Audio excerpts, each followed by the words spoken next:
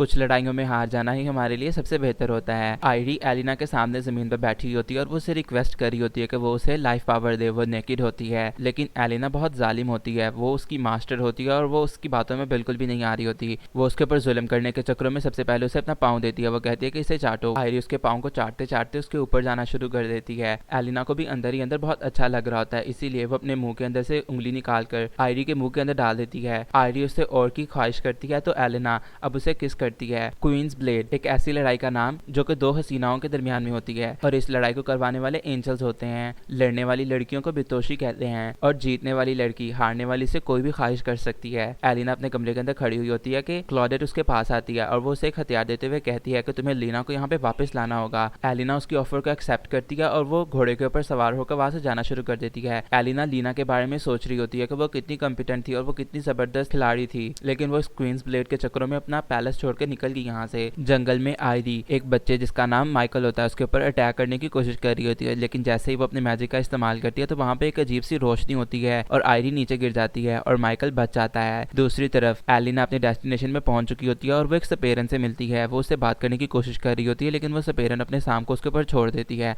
Elina भी एक मजबूत औरत होती है, वो पैसे रखती है और वह सपेरन उसे बताना शुरू कर देती है लीना के बारे में। वो उसे कहती है कि तुम्हें मैरामैक्स जाना होगा लीना को हासिल करने के लिए, क्योंकि लीना तुम्हें वहीं पे मिलेगी। और वो उसे मजीद ये बताती है कि लीना ने एक फाइट लड़ी थी रिश्ती के साथ और वो उस फाइट को जीत गई थी। वो उसे कुछ भी और नहीं बताती और वहां से चली जाती है। अब एलिना जा रही होती है कि अचानक से वो माइकल के अंदर बच जाती है। माइकल और वो जमीन के ऊपर गिरे हुए होते हैं, लेकिन वो बहुत गंदे पोज के अंदर होते हैं। वो लोग उठ जाते हैं तो माइकल अपनी फ्लूट को इधर उधर ढूंढ रहा होता है, वो उसे कहीं भी नहीं मिलती, लेकिन वो एलिना के हाथ में होती है। एलिना उसके साथ खेलना शुरू कर देती है और माइकल को बहुत अजीब लग रहा होता है कि अचानक से वहां पे आयरी आ जाती है और माइकल उसे देख के घबरा जाता है। आयरी कहती है कि माइकल मेरा है, इसे मुझे वापस कर दो, मुझे इसे अपनी आंखों को वापस करना है। लेकिन एलिना ये बात सुनकर माइकल से पूछती है कि क्या मैं तुम्हारी हिफाजत करूं, तो माइकल हाँ कर देता है। एलिना आयरी से कहती है कि खबरदार अगर तुमने मेरे सामने किसी मजबूर के ऊपर जुल्म किया हो तो आयरी उसे कहती है कि चलो फिर ठीक है, तुम मेरे साथ फाइट कर सकती हो। लेकिन एलिना क्योंकि रॉयल होती है इसीलिए वो कहती है कि मैं कोई बितोशी नहीं हूँ और वो वहां से भाग जाती है। आयरी को बहुत ज्यादा गुस्सा आ रहा था क्योंकि उसका प्लान बहुत सुपर्ब होता है, उसे लगता है कि वो फाइट करेगी और वो जीत जाएगी। कि दूसरी तरफ मेल्फा और नोवा के दरमियान में क्वींस बैटल स्टार्ट होने वाला होता है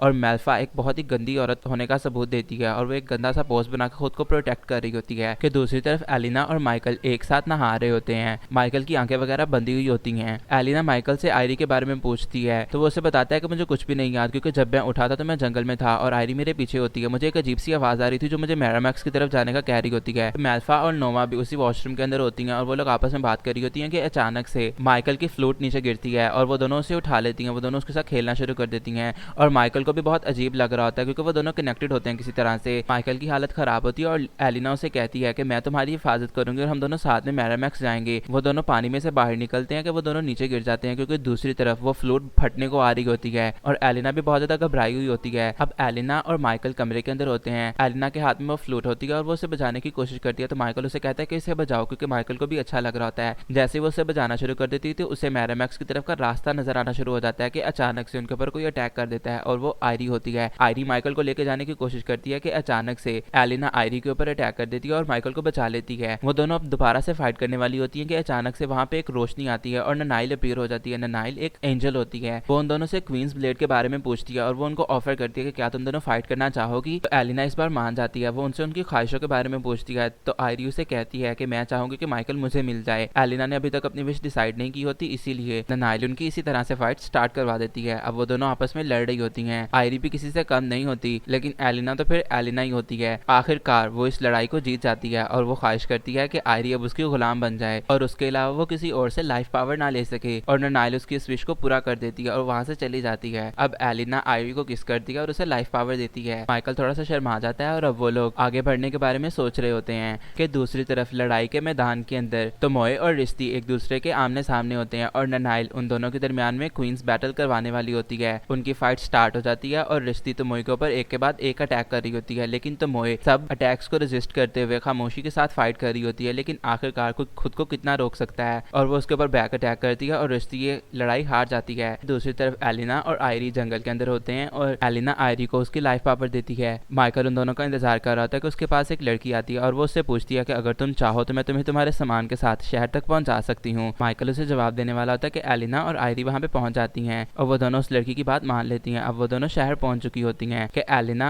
और माइकल साथ बैठे हुए होते हैं तो वो माइकल से पूछती है कि क्या तुम्हें उन्हें नंगी लड़कियां पसंद हैं और वो माइकल को सेड्यूस करने की कोशिश करती है कि माइकल शर्मा के खड़ा हो जाता है। आयरी वहां पे पहुंचती है तो एलिना उसे कहती है कि मुझे उम्मीद है तुमने एक अच्छा होटल पसंद किया होगा। दूसरी तरफ तमोय अपने कमरे के अंदर बैठी हुई सोच रही होती है कि उसकी आज की तो क्वींस ब्लेड बहुत अच्छी रही, अब उसे आगे भी फाइट करनी होगी। अचानक से एलिना लोग वहां पे पहुंच जाती हैं तो मोई आयरी के ऊपर अटैक करने की कोशिश करती है, लेकिन एलिना उसे बचाती है और वो उसे कहती है कि मैं माइकल को तुम्हारे पास छोड़ के जा रही हूँ, मुझे एक काम है। और वो दोनों बाहर चली जाती हैं। वो दोनों आपस में बातें कर रही होती हैं कि अब वो दोनों रिश्ती के पास पहुंचती हैं। शराबी रिश्ती शराब पी रही होती है। एलिना उसके पास जाकर लीना के बारे में पूछती है तो वो उसे शराब पीने के लिए कहती है कि दूसरी तरफ तमोय नहा रही होती है और वो माइकल से बातें करना शुरू कर देती है। वो उसे बताती है कि वो फ्यूचर के अंदर क्या करना चाहती है और माइकल को ये सुन के बहुत अच्छा लगता है। दूसरी तरफ एलिना ने बहुत ज्यादा शराब पी ली होती है और रिश्ते की भी हालत खराब होती है। दूसरी तरफ क्वीन नाइल से बात कर रही होती है और वो उसे कहती है कि मैं चाहती हूँ कि तुम तमोय को किसी ऐसी लड़की के साथ लड़ाओ कि मुझे देख के फाइट मजा आ जाए, और नाइल को आइडिया मिल जाता है। दूसरी तरफ एलिना होटल के अंदर आ जाती है और वो माइकल के ऊपर चढ़कर उसकी बांसुरी के साथ खेलना शुरू कर देती है। माइकल बहुत ज्यादा तकलीफ के अंदर होता है कि पीछे से तमोय निकलती है और वो एलिना के ऊपर चिल्लाती है, लेकिन एलिना भी उसे उस बांसुरी के साथ खेलने के लिए कहती है, लेकिन तमोय को अभी भी बहुत बुरा लग रहा होता है। अब अगली सुबह जब वो लोग उठते हैं तो नाइल उनके पास आती है और जब एलिना तमोय को वहां पे नहीं देखती तो उसे गुस्सा आता है, क्योंकि उसने तमोय से हिनोमोतो के बारे में पूछना होता है जो कि उसे रिश्ती ने बताया होता है। तो नाइल उसे कहती है